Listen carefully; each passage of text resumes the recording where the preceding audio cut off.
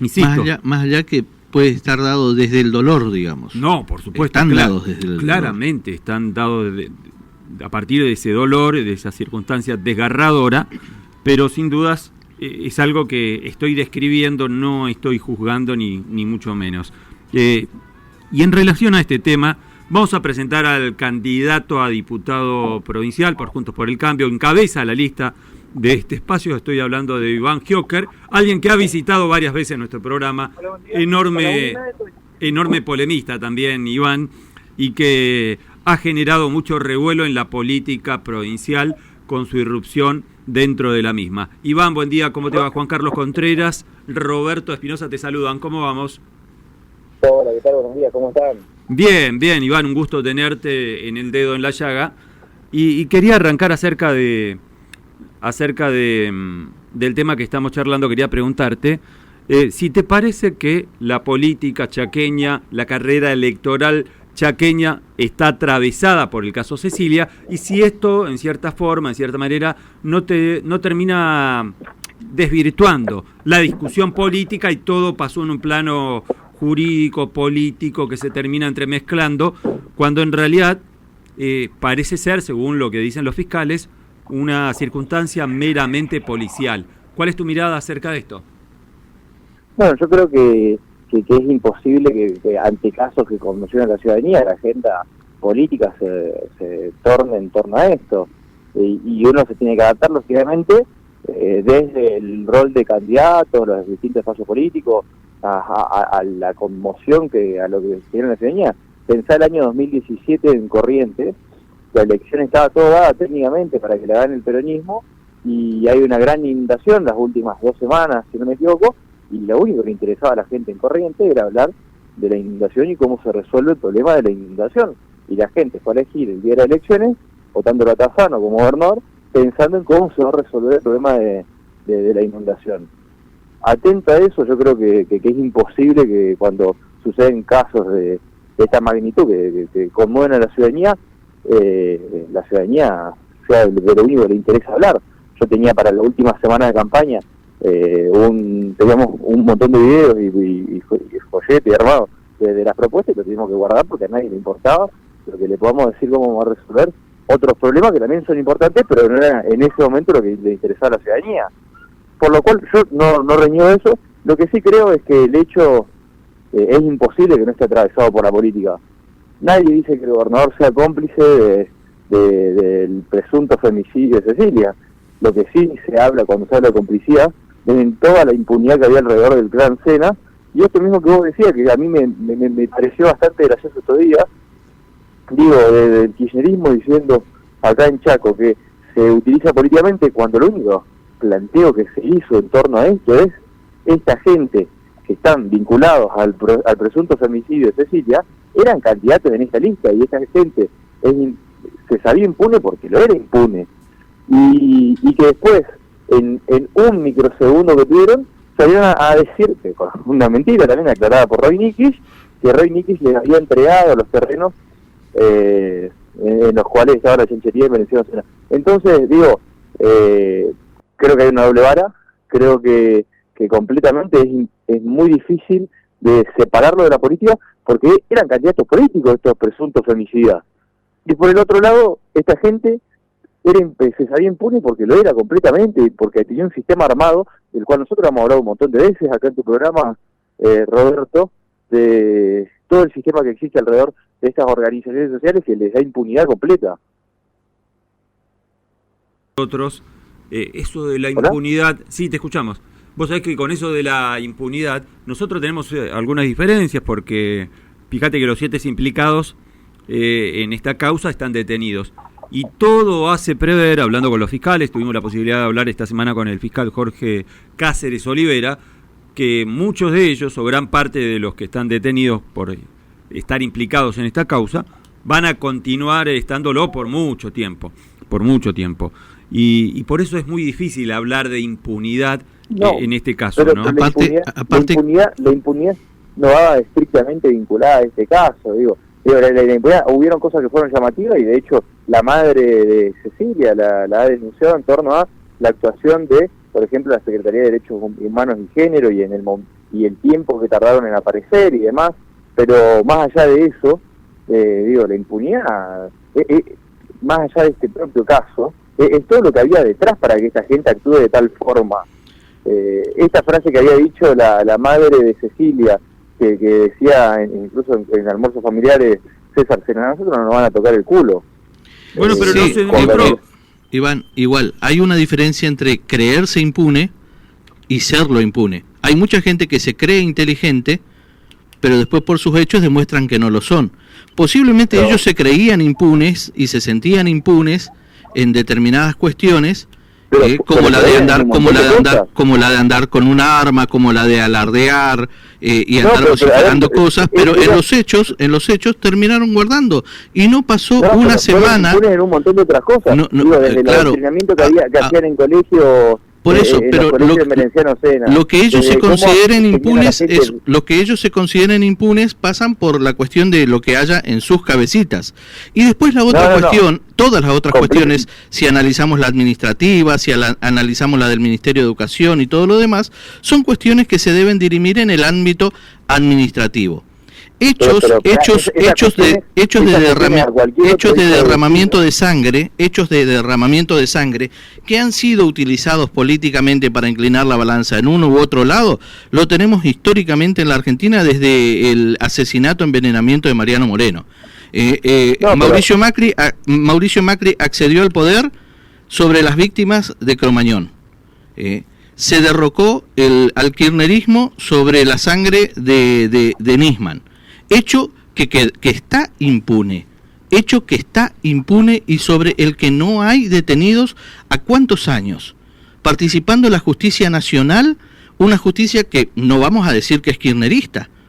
Entonces, tratar de imponer en cuestionamiento la impunidad de alguien, tratar de cuestionar la justicia local, cuando a tan pocos días existen tantos, se me hace que la palabra de César Pierri, la palabra de Burlando, citando de que no hay impunidad en el Chaco atendiendo la cantidad de gente que está detenida, es un elemento de peso, claro, por sobre lo que vaya a decir yo, que no soy abogado. Claro, y en este aspecto, Iván, ¿cuál es? Sí, cuando nosotros hablamos de impunidad y todo lo que venía atrás, porque digo, por el adoctrinamiento que había en los colegios de Merenciano Sena, eso se tendría que haber regularizado un montón de tiempo antes. Eso no se hizo porque esta gente está más allá de la ley. Impunidad existe mucho adoctrinamiento, Iván. Yo que me considero laico, en escuelas con base religiosa existen adoctrinamiento. O sea, puede haber un adoctrinamiento con el que vos estés de acuerdo. Un colegio religioso. Puede haber un adoctrinamiento con el que vos estés de acuerdo y otro sobre el que no.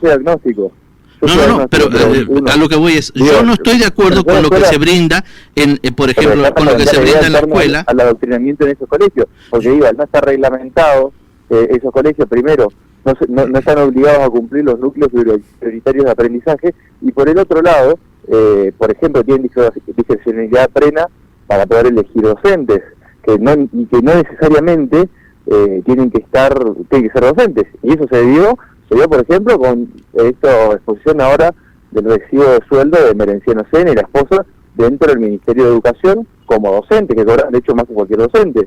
Entonces, cuando hablamos de adoctrinamiento, hablamos de eso, que uno manda a su hijo a un colegio religioso, algo que está considerado como plausible es que le den educación religiosa. Ahora, la bajada política que tenían los colegios de Merenciano Sena y la poca vinculación con los contenidos curriculares que debería tener por los núcleos prioritarios de aprendizaje, es otra historia. Eso sí ya es adoctrinamiento. Iván, y ahí sí nosotros estamos generando un daño. Iván, una cosa es, supongamos que te doy la derecha con esto del adoctrinamiento político, que en cierta forma lo tenía, y esto hay que reconocerlo, el sector de Merenciano Sena.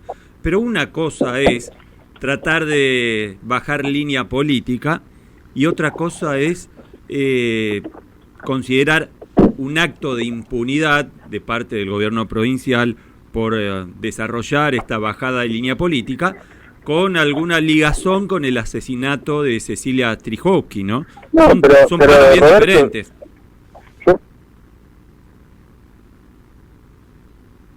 ¿Iván? Se ha cortado la comunicación, ¿no? Se ha cortado la comunicación con Iván Gioker. Estamos hablando con el candidato a diputado provincial por Juntos por el Cambio. En primer lugar, quedó en primer lugar. Acerca de esto. Sí, el que encabeza la lista de diputados provinciales por este espacio Juntos por el Cambio. Y vos sabés que, Juan Carlos, nosotros nos estábamos preguntando, a partir de la presentación del programa, si no representa el discurso que suele desplegar Iván Gioker a partir de las redes sociales, si no suele desplegar algo de discursos de odio. Y ahora se lo vamos a preguntar al candidato, porque antes... Iván, ¿me escuchás ahora? ¿Iván?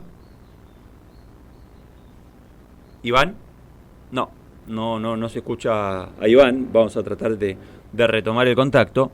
No, vos sabés que yo me preguntaba a partir de ciertos mensajes antes de que estalle el caso de Cecilia Strijowski. Iván tuvo una publicidad que para mí me pareció cuestionable, lo cuestioné personalmente, lo cuestioné incluso también a través de las redes al candidato.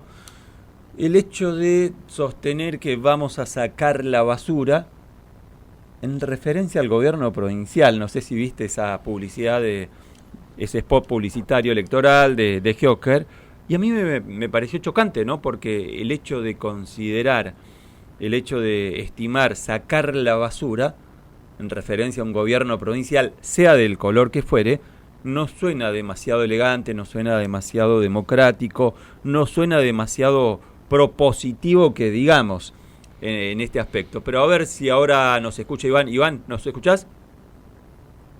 Iván. Iván. Hola, Iván. Iván. Iván. Iván. Hola. Sí, ahí te escucho, Iván. Perfecto. Iván, vos sabés que yo decía, estábamos charlando mientras tratábamos de retomar la comunicación, que yo fui muy crítico en su momento, antes del caso de Cecilia, antes de que estallara este caso, con un spot publicitario electoral tuyo en donde referenciabas que es el momento de sacar la basura, y yo interpretaba que eso de sacar la basura, vos te referías a sacar la basura en referencia al gobierno provincial. ¿Fue así? ¿Consideraste que esto puede leerse de esa forma? Y en ese caso, de ser positiva tu respuesta, para mí me parece muy cuestionable esa forma de hacer campaña política. ¿Cuál es tu respuesta ante este interrogante que se me generó a mí? Yo creo que realmente, digo, la gestión de Jorge Milton Capitanich es la peor de la historia democrática del Chaco. Realmente el atraso que vive la provincia del Chaco es pocas veces antes visto, y lógicamente creo que si uno quiere buscar una forma coloquial de describir esta gestión, creo que podría ser tranquilamente que una basura. Entonces no lo veo como algo, digo, creo que en términos de campaña electoral se ven un montón de cosas mucho más negativas en todo este tiempo, desde los acarreos que hace la gente, esto mismo que yo denuncié en tu programa, Roberto, sobre cómo el Ministerio de Desarrollo Social es totalmente cómplice de los abusos que suceden dentro de las organizaciones sociales, de cómo crear un sistema para tener a la gente de rehén, quitándole toda la dignidad, no permitiéndole poder tener libertad, incluso, digo, libertad de acción por recibir una asistencia del Estado mínima para no caer en la indigencia. Entonces, creo que eso es un montón más grave que una respuesta que pueda tener un ciudadano a pie pensando y planteando que la gestión provincial es una basura. Claro, pero Iván, ¿cómo haces para generar, cómo se hace para generar después consensos? Vos vas a ser, seguramente ya es un hecho que sos legislador provincial, encabezás la lista, y después en la legislatura tenés que generar consensos, acuerdos con ese sector que vos lo definiste como basura. Es muy fuerte, digamos. Imagínate cómo tratás de lidiar después. ¿Cómo? En ningún momento creo que la gente que se encuentra dentro del sector del kirchnerismo sea una basura. Creo que la gestión lo es. Entonces, podremos tener dentro del marco de la razonabilidad, para ello yo seré un hambreador e interpretarán que odio a los pobres, que no es así, lógicamente, pero será la interpretación que ellos al menos muchas veces dibujan de mí, o que soy un neoliberal que odia a la gente, Y entonces dentro del marco de la razonabilidad que podamos encontrar consenso, lo haremos.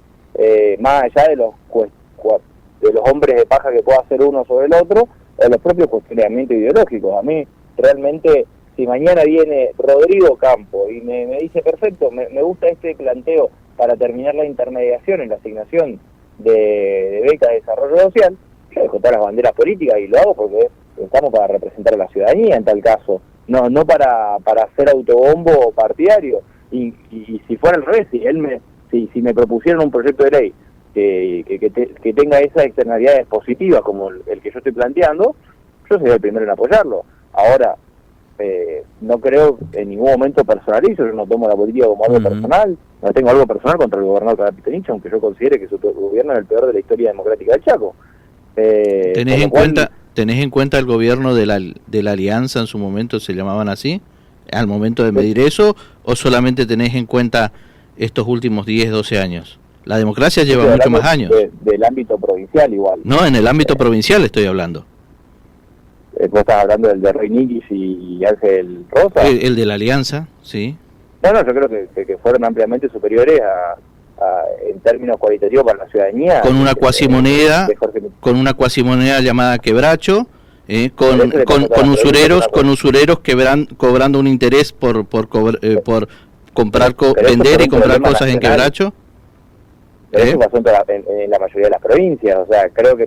Es sacarse el lazo mirando a cuestiones hacia arriba. También la cuestión de cómo es el manejo con las entidades sociales es una cuestión que no es propia del Chaco y que es de arriba también. Yo voy a números. No se hicieron tantas escuelas como durante los 12 años de gobierno de Capitanich, no se hicieron tantos asfaltos, no hubo un adelantamiento, no hubo una propuesta industrial hacia que haya establecimientos de industrias en el Chaco. O sea, se me hace que tu mirada para decir de que es el peor gobierno es bastante miope. No, para nada. De hecho, si vos mirás la encuesta permanente de hogares, incluso vos mirás en los índices de pobreza del INDEC, al año 2007 Chaco se encontraba 21 en el índice de pobreza de la Argentina y se encuentra mira, voy a citar algo que vi esta semana y no es de alguien que esté sentado acá, es de Viñuela, ciberperiodismo. El Chaco está entre las provincias que mayor cantidad de propietarios de casas tienen. ¿Quién está en el peor lugar? Capital Federal, de a donde sale un candidato a presidente por la línea que vos representás. Entonces, acá hay mayor cantidad de propietarios, está bien. No vivirán en una mansión y no tendrán una piscina en el fondo, pero en Capital Federal no tienen ni siquiera propiedad, o sea, son rehenes de los dueños de los edificios. O sea, pero eso es cherry picking. Yo puedo buscar un dato aislado y compararlo eso con otros lugares y estadísticamente te va a dar, digamos, y es algo que dentro de la estadística, de la metodología de la investigación, se llama cherry picking, que es ser desleal en torno a las muestras que se toman, básicamente. Por eso, yo sobre eso te digo, se me hace que es desleal.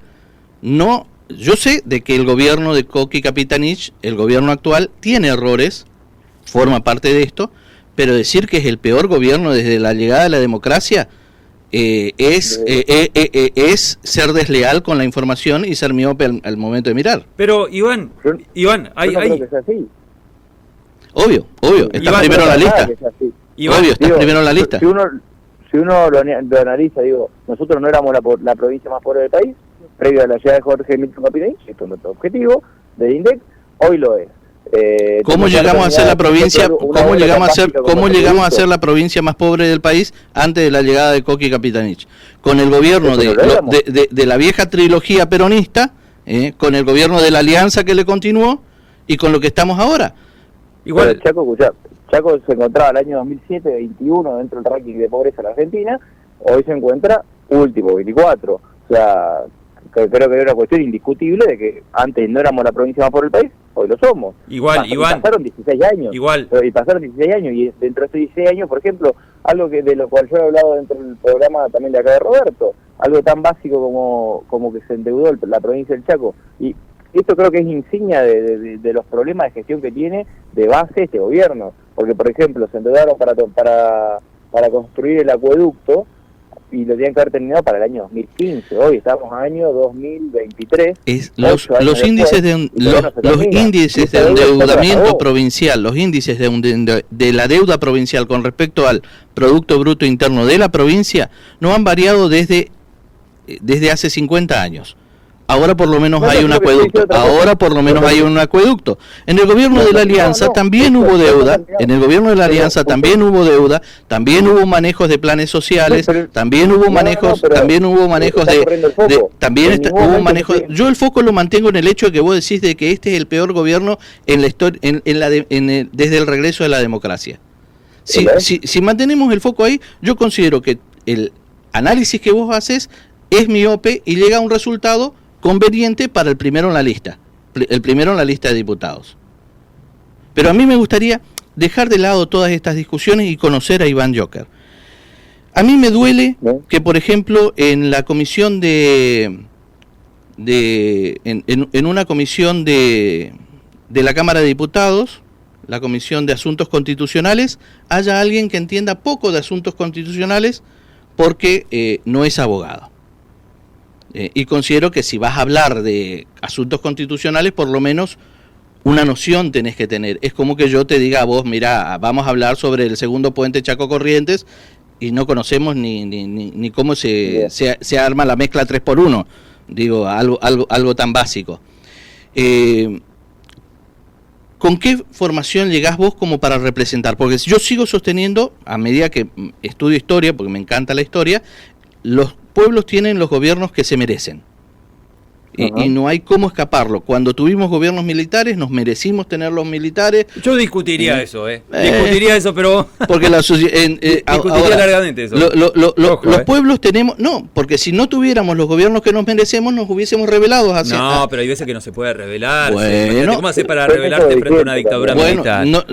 Digamos, el pueblo que vivía en esta zona del mundo se rebeló contra los españoles. Aún seguimos siendo colonia, de acuerdo a mi visión, digamos. Igual, hay algo, Iván, cuando vos hablas de la corrupción que a mí me hace mucho ruido, porque tirarse eso con el corruptómetro, yo recuerdo una definición de Martín Caparrós, en donde él refiere que la política argentina se ha transformado en una discusión honestista, él lo llama honestismo, y en ese honestismo se discute poco de política, porque, por ejemplo...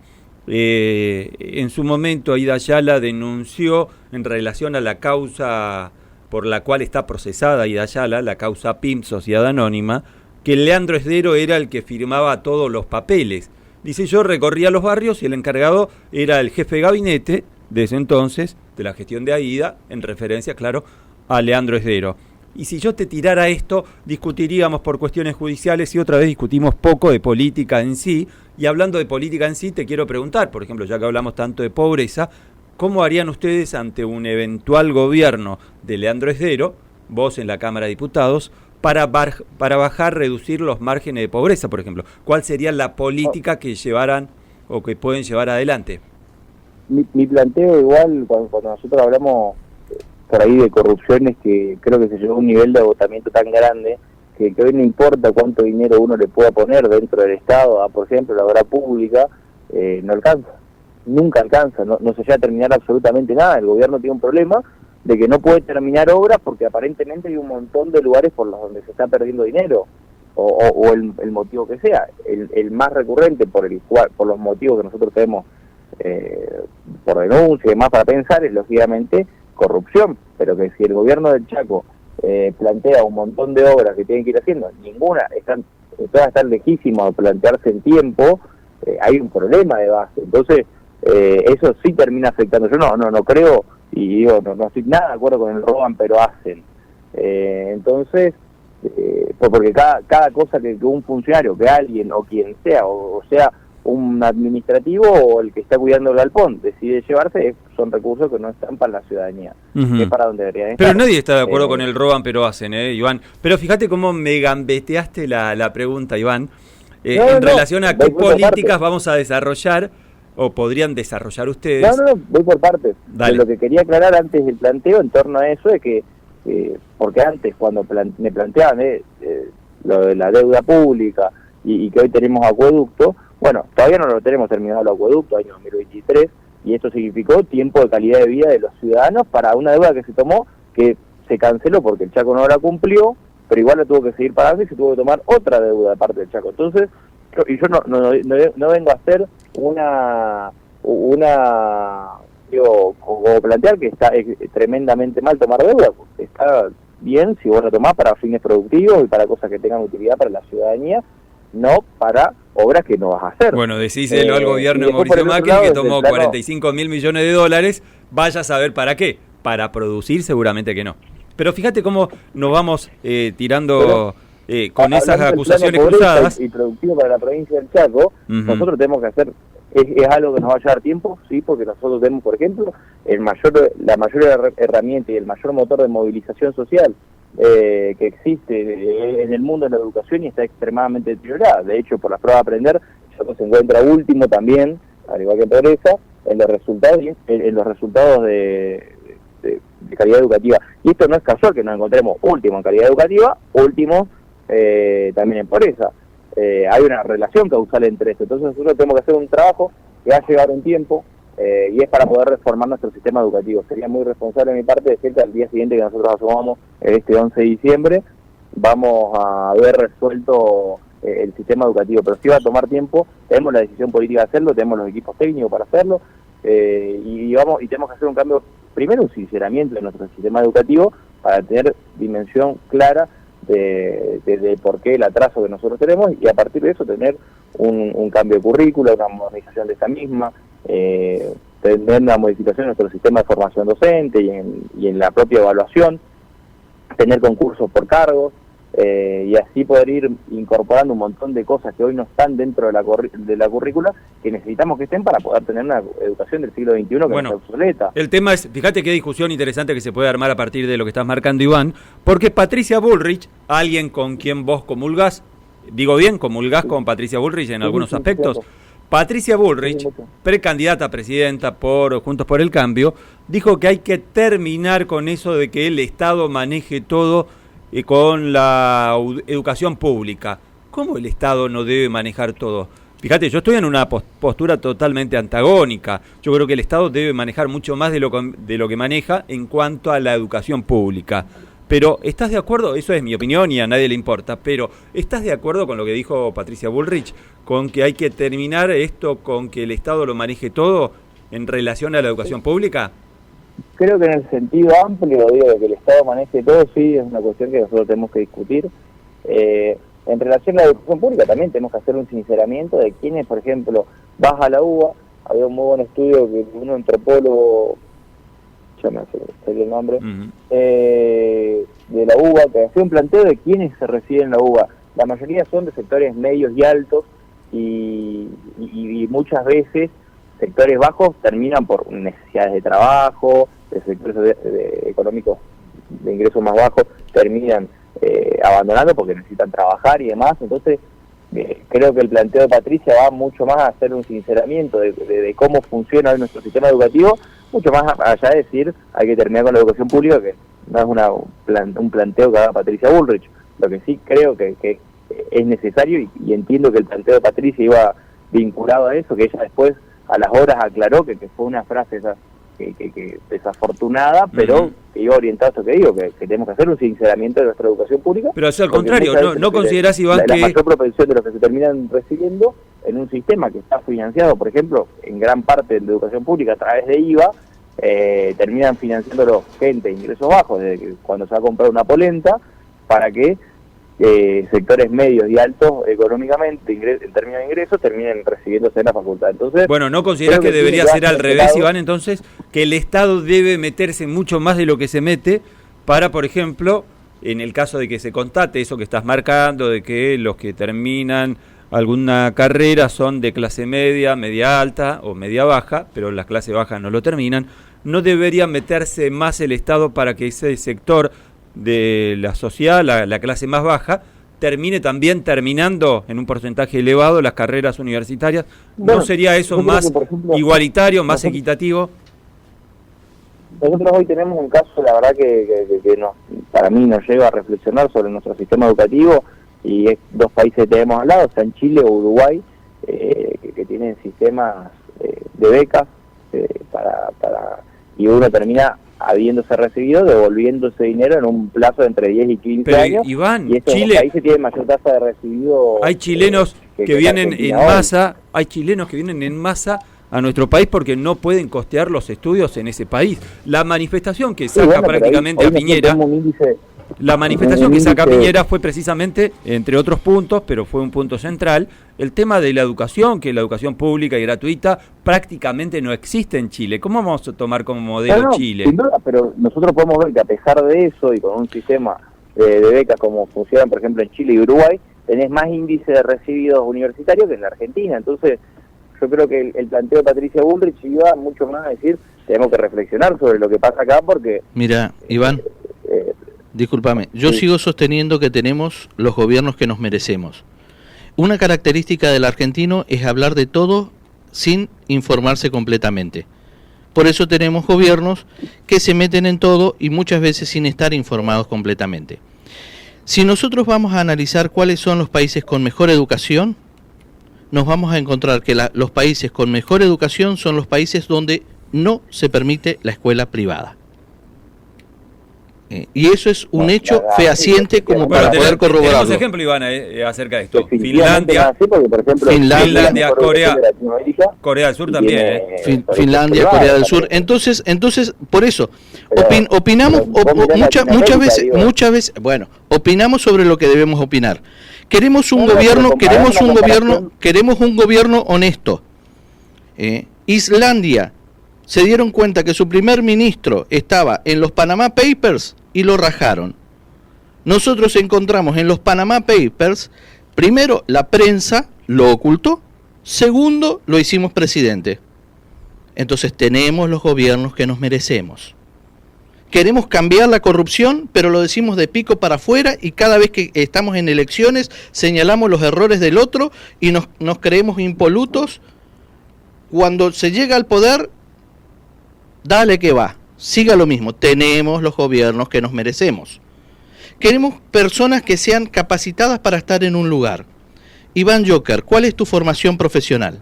Pero tengo, antes que responda a esto, Iván, tengo algo, por ejemplo, que están preguntando la gente a partir de las redes sociales. Alcides Martínez se pregunta, para Iván Joker, que venga Juan José Castelli.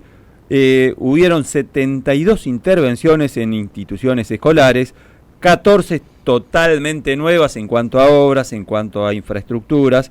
Se entregaron bajo el gobierno de Jorge Capitanich 2.000 computadoras el año pasado.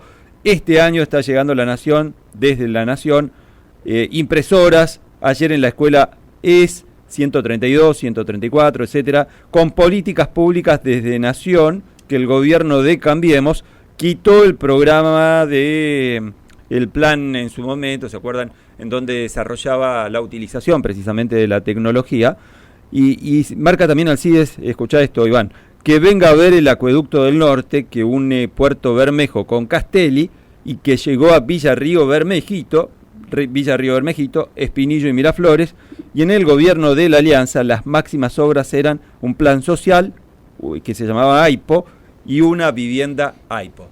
Esto dice Alcides Martínez desde el interior. Digo, una desconectividad también bastante grande. Digo, nosotros no somos gobierno de la Alianza. Que hayan algunas personas que hayan estado también ahí. Digo, nosotros no solamente por ejemplo. Somos otra coalición, así como la del Frente de Todos ha cambiado, como la del kirchnerismo cambió. Creo que no solamente somos otra coalición, sino que también dentro de eso Iván, las alianzas van transformándose. Iván, somos grandes. La alianza de hoy han modificado mucho el paradigma y la perspectiva con el cual nosotros pensamos la política pública, que por ejemplo dentro de Juntos por el Cambio, habiendo distintas disidencias y demás, creo que nosotros podemos encontrar un valor fundamental de representación, por ejemplo la libertad, y que todos en Juntos por el Cambio, desde distintos lugares, ¿no? y con mayor o menor intensidad, todos hablamos de libertad hoy. Entonces creo que es bastante deshonesto compararnos con el gobierno del 2001. O sea, Iván, seamos honestos. En el marco ese de la honestidad, en el 2001 hubo un que se vayan todos. Hoy, 20 y pico años después, yo te digo, del que se vayan todos, los tenemos a todos adentro. O sea, el que se vayan todos fue un maquillaje nomás. O sea que sí, yo sí comparo el que se vayan todos del 2001, porque Patricia Bullrich estaba dentro, porque el perro, ¿cómo es que se llama este que era ministro que sabe de economía? López Murphy estaba dentro, porque el pelado Larreta estaba dentro, porque Esdero estaba dentro, porque Aida Ayala estaba dentro, porque Massa estaba dentro, porque Cristina estaba dentro. O sea, yo te considero a vos parte del cambio, porque sí, por lo menos es una renovación, pero yo no quiero que tenga el mismo olor que los otros. Yo quiero que sea algo totalmente distinto. Yo te pregunto a vos directamente, ¿vos estás a favor de la promoción de la industrialización acá en la provincia del Chaco? Lógicamente, pero digo, nosotros tenemos que ser realistas. Seamos realistas. ¿Considerás que debemos fortalecer el mercado interno y por ahí apoyar, no sé, a alguien que hace harina de mandioca en Las Palmas? Que por cierto está muy cara la harina de mandioca. Y comprarle el producto a él antes que traer un producto de harina de mandioca de Brasil? ¿Promover el mercado interno? ¿Estás a favor de eso? Nosotros tenemos que ser muy estratégicos en los sectores que desarrollamos, ¿no? Nosotros no te podría responder ahora por la harina de mandioca porque yo lo que quiero decir es, ¿favorecerías al mercado interno por sobre el mercado externo? Primero comprarlos de acá y después vemos los de afuera. Pero nosotros tenemos que hacer lo que hicieron todos los estados para desarrollarse y hacer un plan de estado donde seamos estratégicos en qué áreas vamos a desarrollar, en qué productos somos competitivos y en cuáles no. Bueno, entonces promover el mercado interno en base a la competitividad. ¿Estás a favor de los trabajadores y la defensa de los puestos de trabajo? Pero las preguntas que me estás haciendo aquí en pie y cabeza. Sí, no, yo te estoy preguntando títulos. ¿Estás a favor de los trabajadores y de la defensa del trabajador? Laboral y pueda tener un salario digno. También, de nuevo, nosotros a todo político que le pregunto, a todo político que le pregunto me contesta lo mismo. ¿Estás a favor de que se expanda la cultura chaqueña? Me va a decir que sí. Me estás planteando que nosotros sinceremos los problemas que existen. Yo no te estoy respondiendo lo que vos querés que yo te responda, sino que te estoy planteando, está todo bien.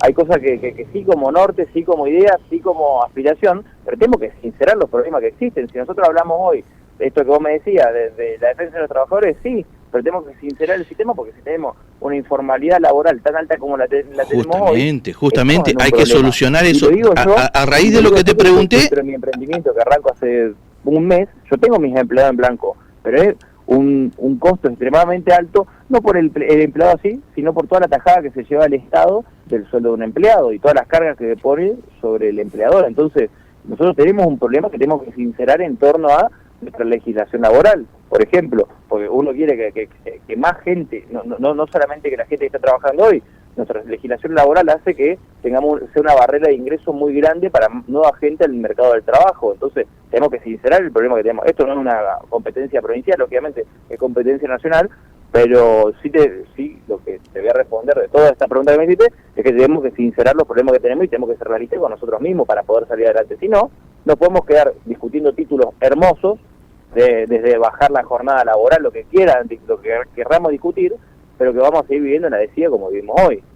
Totalmente de acuerdo con vos. Iván, te agradecemos el contacto, gracias por la deferencia de siempre y te esperamos. En cualquier momento estamos pensando armar un debate entre vos y, por ejemplo, ¿por qué no Santiago Pérez Pon? ¿Por qué no María Pía Chacho Cabana? Acá en vivo en el estudio del Dedo en la Llaga por Radio Independencia, si te parece. Encantado, sería un placer, me encantaría y a disposición siempre. Bien, Iván, abrazo grande, gracias por la deferencia de atendernos. Buen fin de... Hasta luego, había pasado Iván Gioker, candidato a diputado provincial, encabeza la lista por ese espacio, por Juntos por el Cambio, acá en la provincia de Chaco. Vamos a